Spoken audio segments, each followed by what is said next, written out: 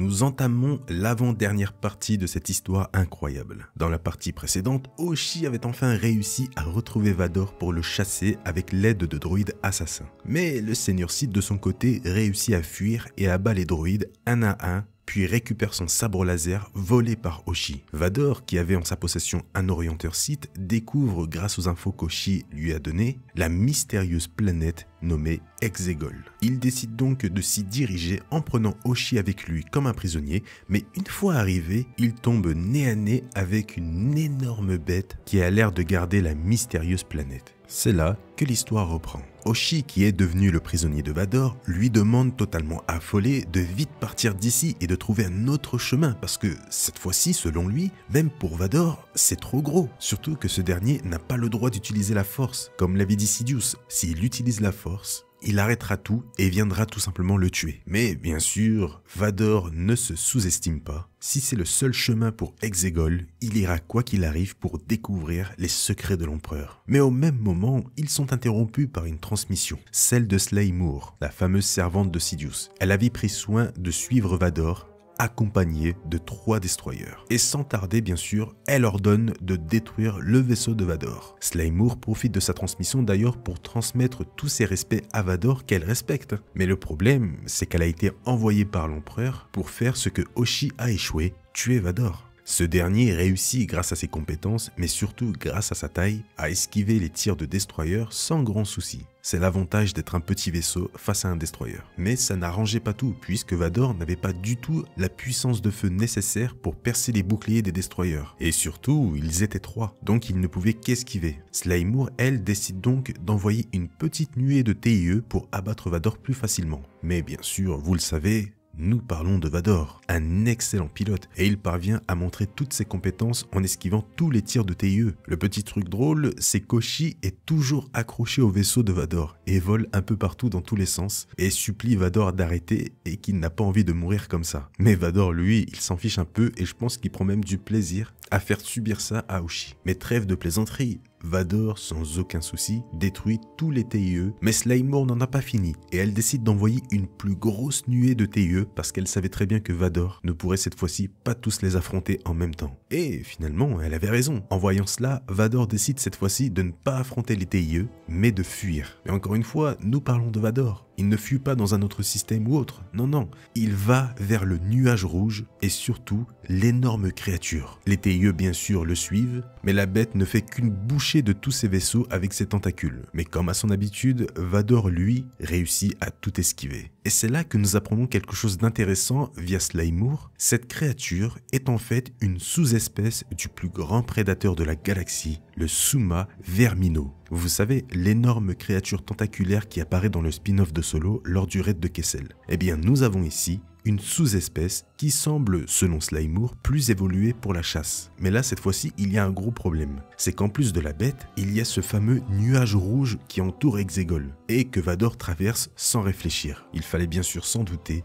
Le nuage rouge parvient bien sûr à s'infiltrer dans le vaisseau et Vador commence à en ressentir les effets. D'un coup, il se voit transporté dans une sorte d'illusion et revoit devant lui son ancien maître Obi-Wan Kenobi lors de leur dernière confrontation. Bien sûr, en voyant Obi-Wan, Vador perd un peu son sang-froid et détruit l'illusion de Ben. Il hurle par la suite que rien ne pourra le distraire et l'empêcher d'atteindre son objectif. Mais il entend une autre voix et aperçoit devant lui une nouvelle scène qu'il a vécue dans le passé, sa première confrontation avec son fils sur Bespin.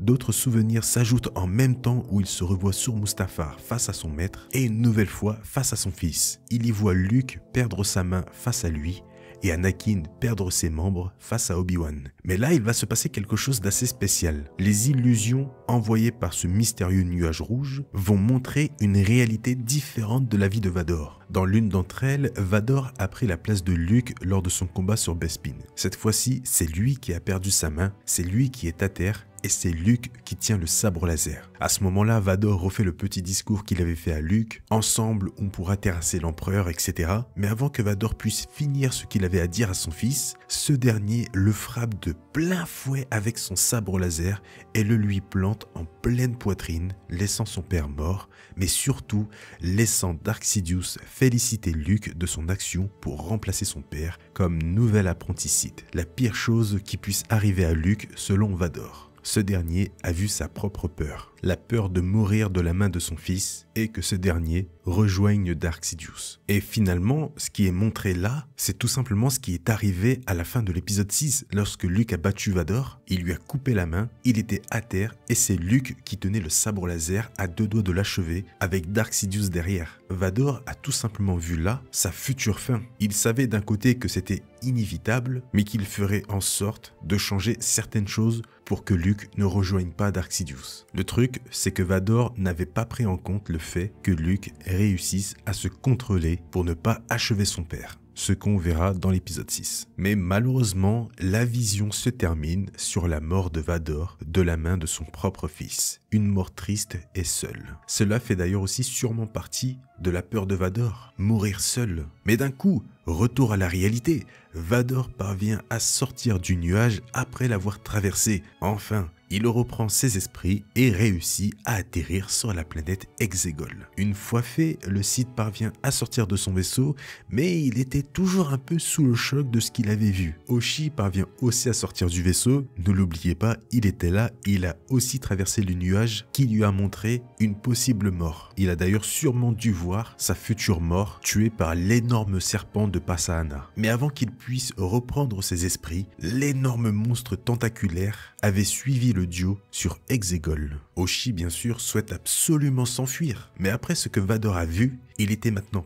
persuadé de continuer s'il ne voulait pas que ça arrive. Il décide donc de sortir son sabre laser en disant qu'il n'a pas peur de la mort. Ce qui est vrai, Vador n'a pas peur de mourir, il a peur que son fils rejoigne le côté obscur sous les ordres de Sidious. Et pour éviter cela, pour la première fois depuis que Sidious l'ait renvoyé sur Mustafar, Vador utilise la force sur la bête. Le gros problème dedans, c'est que Sidious lui avait strictement interdit d'utiliser la force, sinon il le tuerait. Et croyez-moi, quand Vador fait quelque chose, même en secret, Sidious est quoi qu'il arrive au courant. Mais encore une fois, pour la première fois et surtout pour se motiver, Vador va réciter un précepte Sith. La colère mène à la haine et la haine mène au pouvoir. L'empereur va maintenant me craindre. Le Seigneur Sith réussit à dompter la bête grâce à la force en la mettant à terre, grimpe dessus tout en contrôlant les pensées de la bête avec la force et se dirige vers le lieu rempli de secrets, la citadelle Sith.